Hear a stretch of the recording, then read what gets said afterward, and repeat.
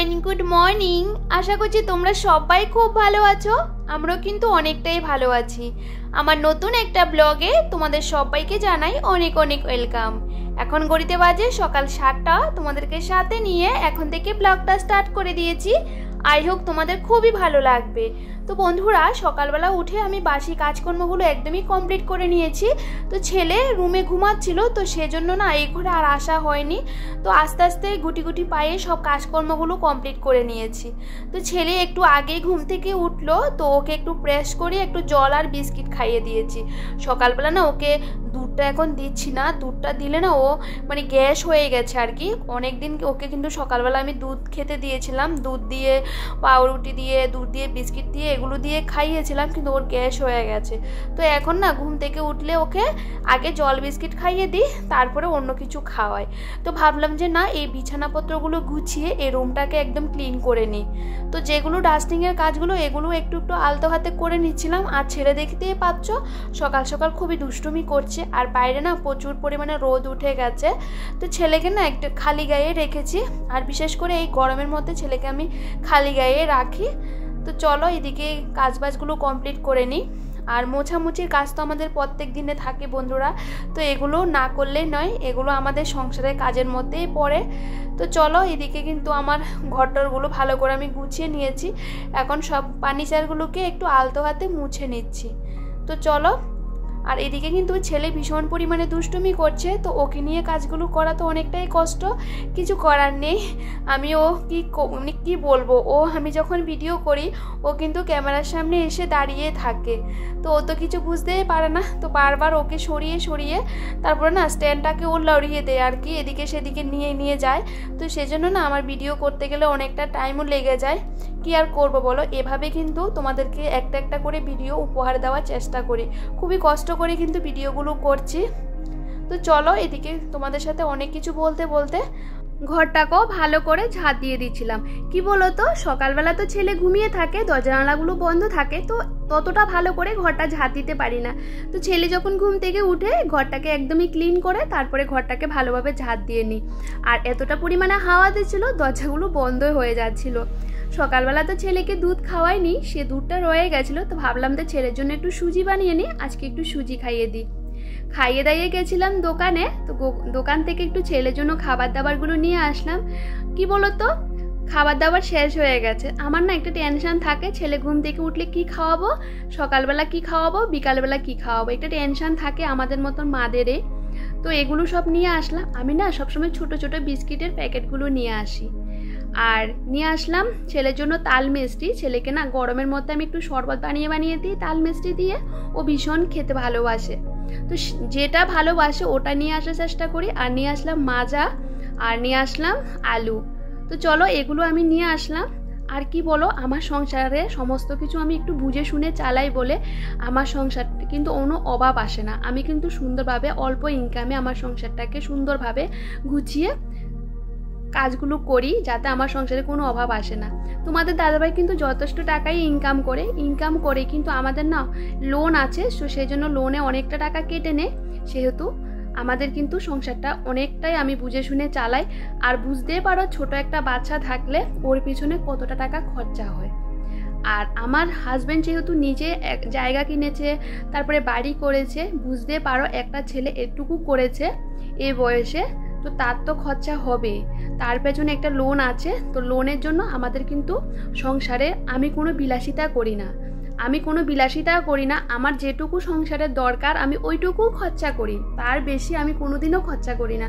তোমরা আমার ব্লগগুলো দেখবে যে আমি কোথাও বাইরে গিয়ে খাওয়া দাওয়াও করি না, কোনো কেনাকাটাও তেমন কিছু করি না। যেগুলো আমার দরকার নিত্য প্রয়োজনীয় সেগুলো তো আমাকে করতে হবে, কিন্তু ছেলেকে তো এভাবে সেভাবে রাখা যায় না বলো।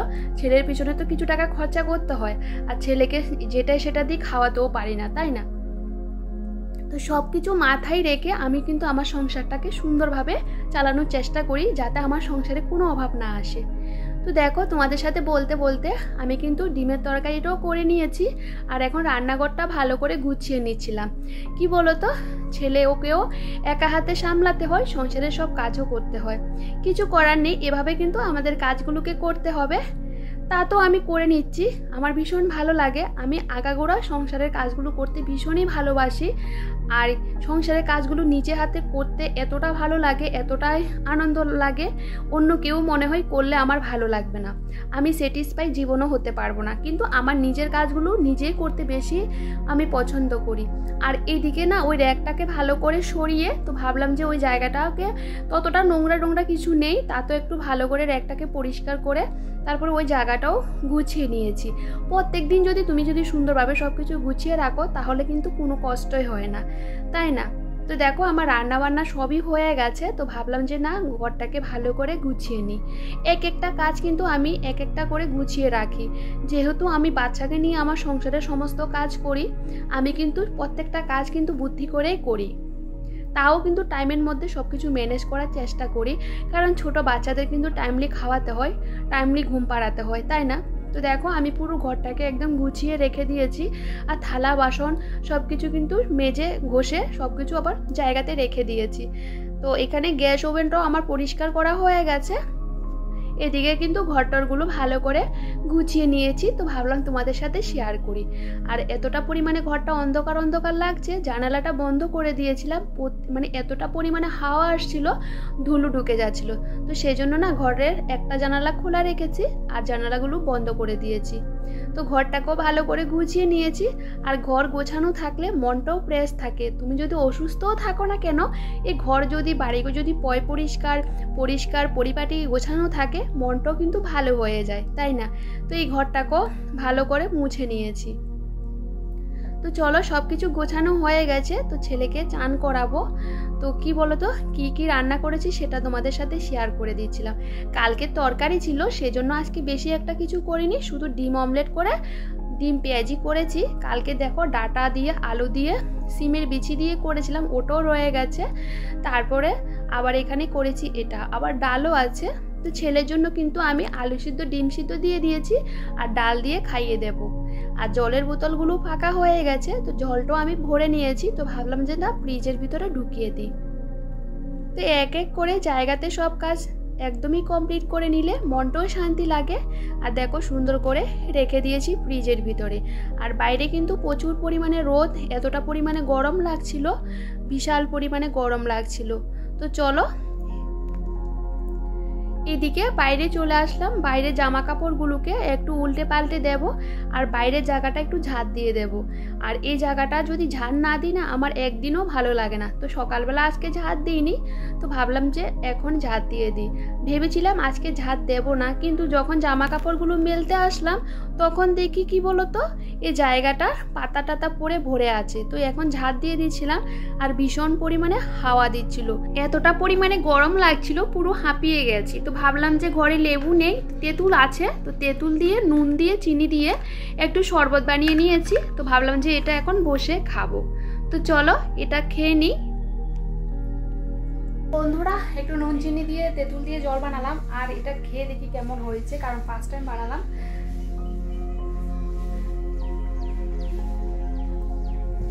কি বলবো, আমি কিন্তু বানিয়ে কিন্তু একবার টেস্ট করে দেখে নিয়েছি, খুবই টেস্টি হয়েছে। আর আরও কিন্তু রেখে দিয়েছি ফ্রিজের মধ্যে, পরে খাবো। তো বন্ধুরা সব কাজবাজ কমপ্লিট হয়ে গেছে, তো ভাবলাম যে না একটু বসে তোমাদের সাথে একটু কথা বলি আর একটু রেস্ট করি। ভাবলাম যে না 2-3 মিনিট একটু বসি। সব কাজবাজ কমপ্লিট হয়ে গেছে, শুধু আর ঘরটা মোছা বাকি আছে, ঘরটা মুছে ছেলেকে চান করিয়ে দেবো। আর এখন কিন্তু 12:15 বেজে গেছে, আমাকে কিন্তু আধ ঘন্টার মধ্যে সব কাজ কমপ্লিট করে নিতে হবে, নিয়ে ছেলেকে আবার খাওয়াতে হবে। তো চলো যেটুকু পারবো তোমাদের সাথে শেয়ার করবো। আর এটা খেয়ে নিই, খেয়ে চটাপট করে সব কাজগুলো করে নিই। চলো, আর ছেলের জন্য না তোমাদের সামনে এসে একটু কথাও বলতে পারি না, তো চলো দেখতে থাকো। তো বন্ধুরা খাওয়া দাওয়া অনেকক্ষণ আগে আমার কমপ্লিট হয়ে গেছে, ছেলেকেও কিন্তু ঘুম পাড়িয়ে দিয়েছিলাম। তো এখন ভাবলাম যে একটু ক্যামেরাটা অন করি। আর এই ব্লাউজগুলো না অনেক দিন আগেরই কেনা ছিল, সেলাই করব করে সেলাই করা হয়নি। আমি না ভেবেছিলাম যে বাবার বাড়িতে গেলে এগুলোকে সেলাই করব। আমার বাবার বাড়িতে আমার কিন্তু মেশিন আছে, আমি বিয়ের আগে সেলাই মেশিনের কাজ করতাম, ওই মেশিন আছে। তো সেজন্য না আমি যখন বাবার বাড়িতে যাই তখন যেটা যেটা আমার সেলাই করার দরকার ওটা কিন্তু আমি সেলাই মেশিনে সেলাই করে নিয়ে আসি। আর যেহেতু আমার বাবার বাড়ি অনেকটা দূর সেহেতু মেশিনটা আনা সম্ভব নয়, তো সেই জন্য ওই মেশিনটাও আনতে পারছিলাম না।